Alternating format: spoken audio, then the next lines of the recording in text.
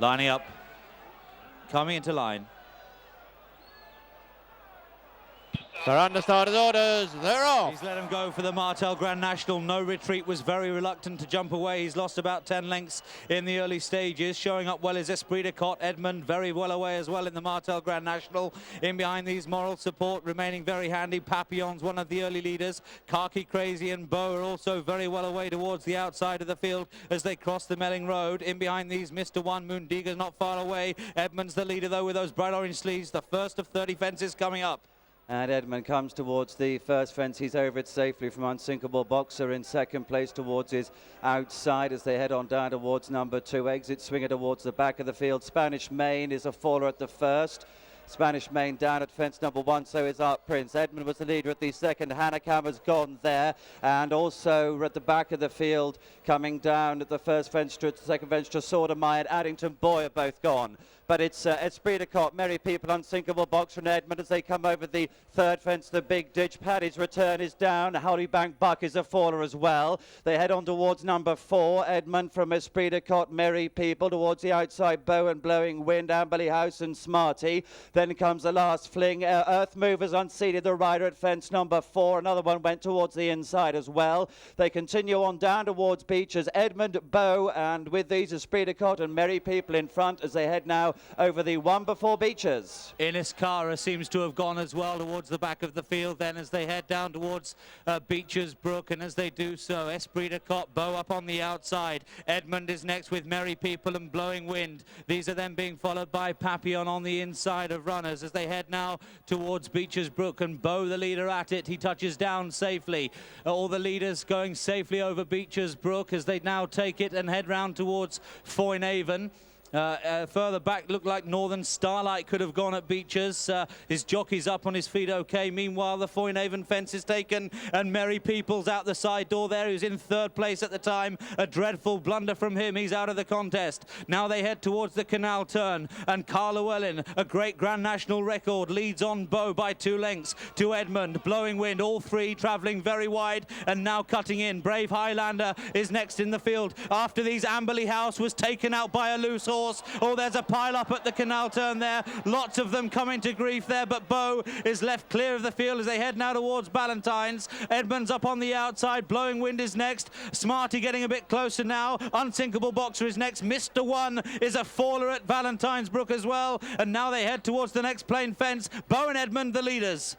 And Bow and Edmund together. The last fling was a faller earlier in the race as well. Blowing Wind over in that in third position towards the inside. Unsinkable Boxer next in the field as they head down towards the next one. And the orange sleeve jacket of Edmund and Bow, these two, the front two in the Martel National as they head over the next plain fence. Behind those towards the inside is Blowing Wind. The field trailing over it now. Supreme Charm is just about the back marker as they head on towards fence number 12 and the run back towards the home straight. The first time Edmund still in front. Esprit de Cotte's another faller earlier in the race. He's out of the contest. There aren't too many more going then as they head towards the racecourse proper for the second time. Still well over a circuit to go. Edmund is now the leader in the Martel Grand National. He leads by 2 lengths to Bow in second place. Blowing Wind and Smarty are next. Papillon is next in the field, followed by Noble Lord. These in turn are followed by Unsinkable Boxer. Listen Timmy and Moondiga still going pretty well, as is Red Marauder, and behind Red Marauder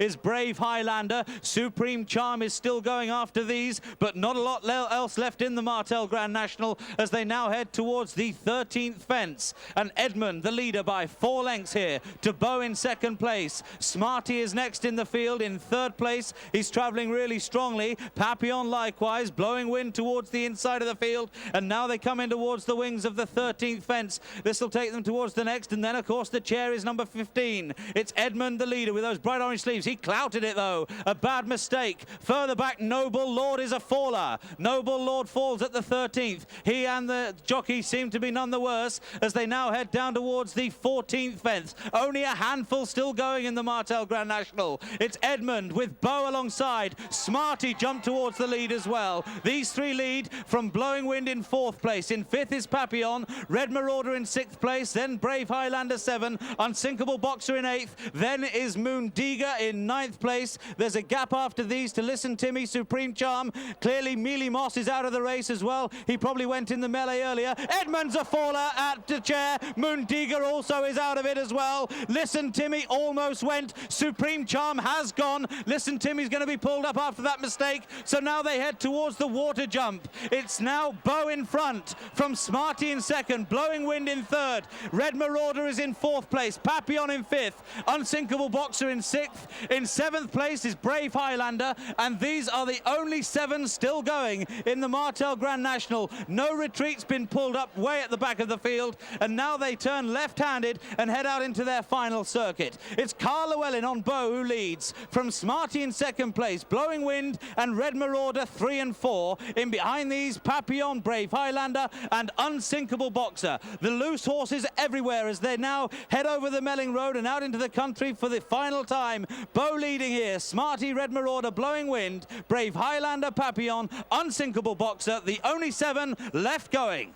And they head down now towards the 17th fence with Beau towards the centre of the track, just about in front as he comes over it now. Smarty is wider of him, then Red Marauder towards the inside. Further back is Brave Highlander as they head on towards another plain fence. Blowing Wind still well there towards the leaders up on the outside. As they come to this plain one, Beau is over it safely in front from Blowing Wind in second, Smarty in third position, Red Marauder next, and then comes Brave Highlander and Papillon, and well behind these Unsinkable Boxers. They come to the 19th, the big ditch, some of the loose horses running across, but Blowing Wind has unseated the rider Papillon, and Brave Highlander refused as well. So, and Unsinkable Box has been pulled up before that, so there are only 3 left. 3 go down towards the next plain fence. Beau, Red Marauder and Smarty, and Beau has gone.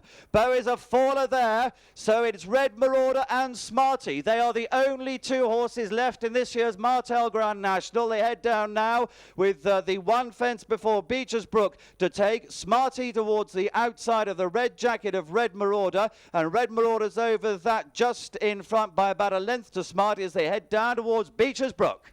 So they race towards Beecher's. An unbelievable race here. Lance Armstrong is still going, but he's about 6 fences behind. Andrew Thornton must have got back on board him. But now a duel, would you believe it, at Beecher's for the final time. It's Red Marauder with a 2-length advantage over Smarty. Red Marauder, he's over safely. Smarty over safely as well. The gap between them is 4 lengths. These two in a most incredible race head now towards Foynehaven for the final time. Richard Guest on Red Marauder, a 4-length leader over Smarty in 2nd place. They're over Foynehaven, these two. 6 or 7 fences behind is Lance Armstrong. Don't forget, I think he's still going now. A few have remounted. Blowing Wind has remounted. I think Papillon might have remounted, but all these are a long, long way behind as they now come towards the canal turn. And it's Red Marauder, loose horse again getting in the way. Red Marauder stuttered over that. He almost put the brakes on. Smarty over safely then as they come now towards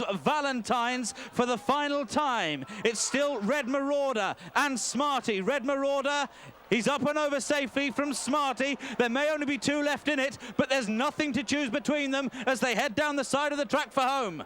So the race itself between Red Marauder and Smarty, but both Blowing Wind and Papillon are continuing. They're currently on their way down towards Beecher's Brook, and those two racing out 3rd and 4th places. But for the big prize of the Martel Grand National, Red Marauder and Smarty are level with each other, keeping each other company as they make this long journey back towards home at the next fence there. And Smarty has moved on by a couple of lengths now to Red Marauder. Further back in the field, Blowing Wind and Papillon are approaching the Foynehaven fence, but as the leaders head back towards home, Red Marauder and Smarty, the 2 will fight out the finish.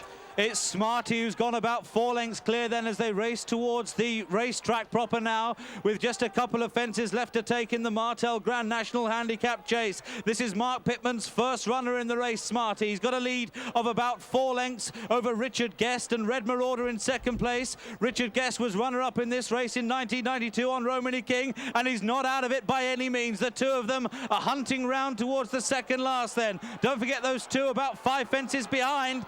Blowing Wind Wind and Papillon still going for place money at the moment. Lance Armstrong maybe as well, but now Red Marauder has poached a lead on Smarty. He races down towards the second last. Red Marauder about 5 lengths clear of Smarty. I wonder if Timmy Murphy can conjure anything out of Smarty now, as Red Marauder, who was a faller at Beeches earlier on, is the leader here and going about 10 lengths clear.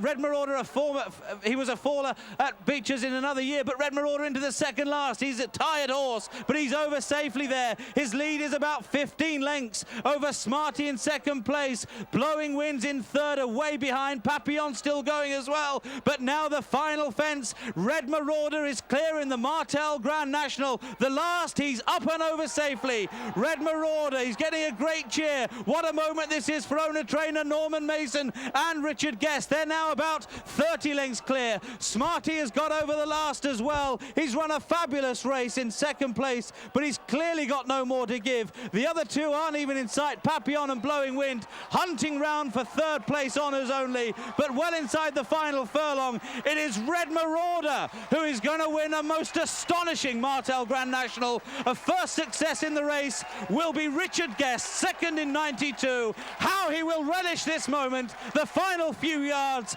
and Red Marauder is the winner of the Martel Grand National.